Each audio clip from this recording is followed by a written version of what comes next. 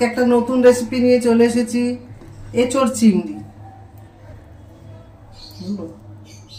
কম বেশি সবাই জানেন, কিন্তু আমি কিভাবে রান্না করছি সেটা আপনাদের কাছে শেয়ার করছি। যেমন আপনারা দেখতেই পাচ্ছেন, এঁচোড়টাকে আমি সেদ্ধ করে জল ঝরিয়ে রেখেছি। কি বল, সামান্য একটু নুন হলুদ দিয়ে এঁচোড়টাকে আমি সেদ্ধ করে রেখেছি। আর আদা রসুন পেস্ট করে রেখেছি। চিংড়ি মাছ ধুয়ে একদম পরিষ্কার করে রেখেছি। পেঁয়াজ কুচি রেখেছি, আলু কেটে ধুয়ে পরিষ্কার করে রেখেছি। গ্যাস ধরিয়ে কড়াটা বসিয়ে দিয়েছি। কড়াটা একটু গরম হলেই আমি তেলটা দেব। কড়াটা গরম হয়ে গেছে, এবার আমি তেল ঢালছি। সর্ষের তেল দিয়েই রান্না করবেন, এঁচোড় চিংড়ি সর্ষের তেল দিয়েই ভালো হয়।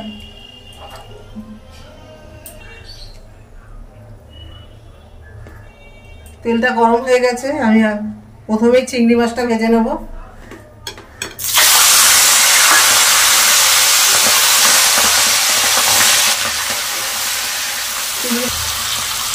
হালকা একটু হলুদ দিলাম, সামান্য একটু লবণ দেবো।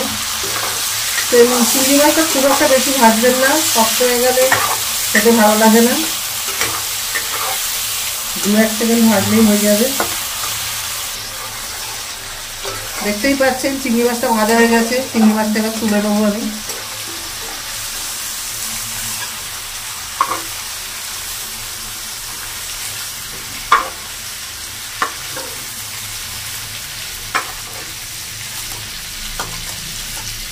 এই তেলে এবার আমি আলুটা ভেজে নেব।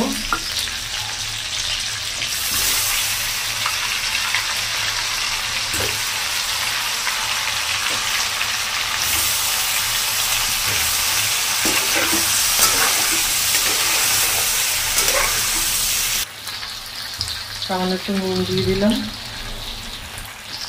অল্প একটু হলুদ দিলাম।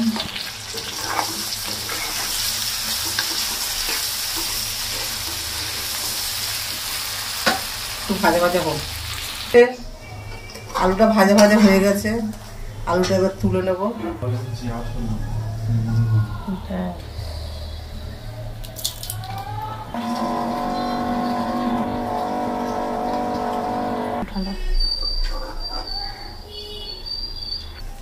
এবারে আমি এই তেলেই এঁচোড়টা ভেজে নেবো একবারে।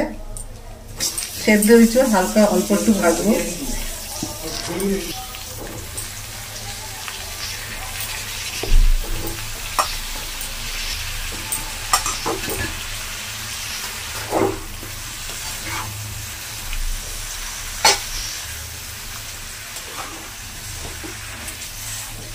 এঁচোড়টা একটু ভাজা ভাজা হোক ততক্ষণে।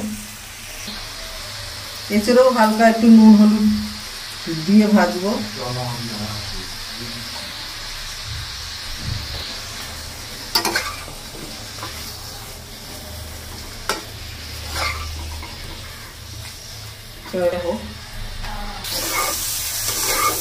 একটু করে ভালো করে আমি ভেজে নিই। দেখতেই পাচ্ছেন এঁচোড়টা ভাজা হয়ে গেছে। এবার এঁচোড়টাকে আমি নামিয়ে নেব।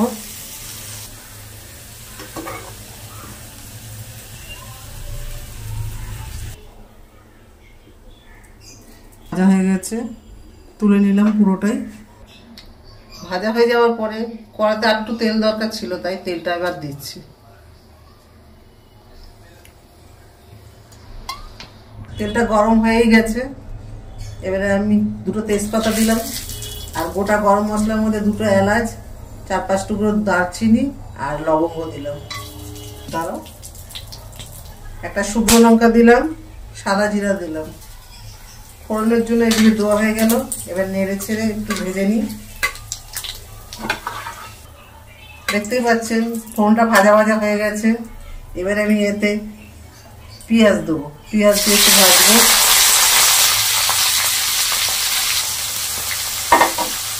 হালকা লাল লাল করে ভাজবো।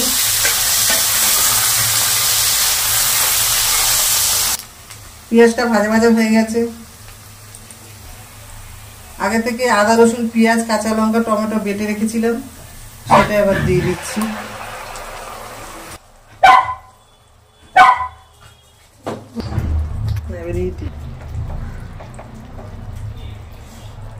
এবার গুঁড়ো মশলা দিচ্ছি, হলুদ 1 চামচ দিলাম, 1 চামচ লবণ দিলাম, ধনেও 1 চামচ দিলাম, জিরের গুঁড়ো 1 চামচ দিলাম, লঙ্কা গুঁড়ো 1 চামচ দিলাম।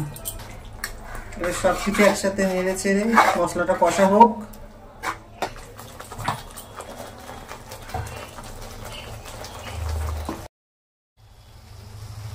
মশলাটা কষে গেছে, দেখছেন তেল ছেড়ে গেছে পুরো। এবারে আমি ইঁচড় আর আলুটা দিয়ে দেবো, দিয়ে কষিয়ে নেবো আর একটু।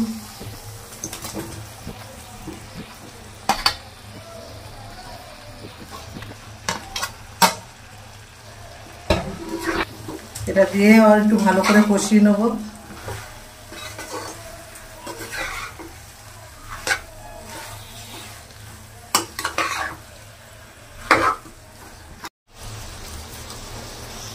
চিংড়ি মাছটাও দিয়ে দিচ্ছি, সব দিয়ে একবারে ভালো করে কষিয়ে নিই।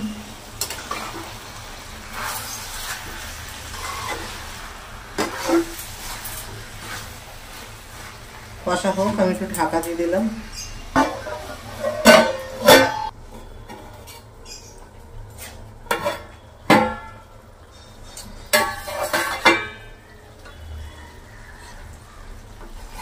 কষাটা হয়েই এসেছে, দেখতেই পাচ্ছেন পুরো ইঁচড়টা একদম সুন্দর মজে গেছে। সামান্য একটু জল দেবো এবারে।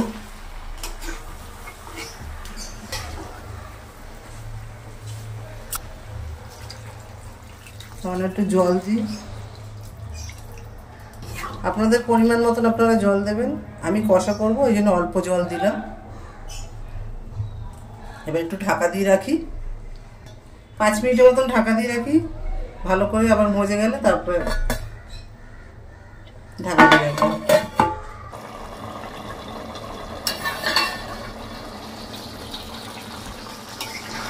হয়েই এসেছে, পুরো কষা কষা হয়ে গেছে। এতে আমি আবার একটুখানি ঘি অ্যাড করবো।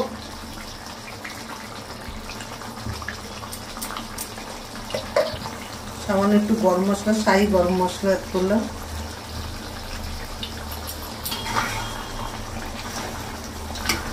রান্না হয়ে গেছে।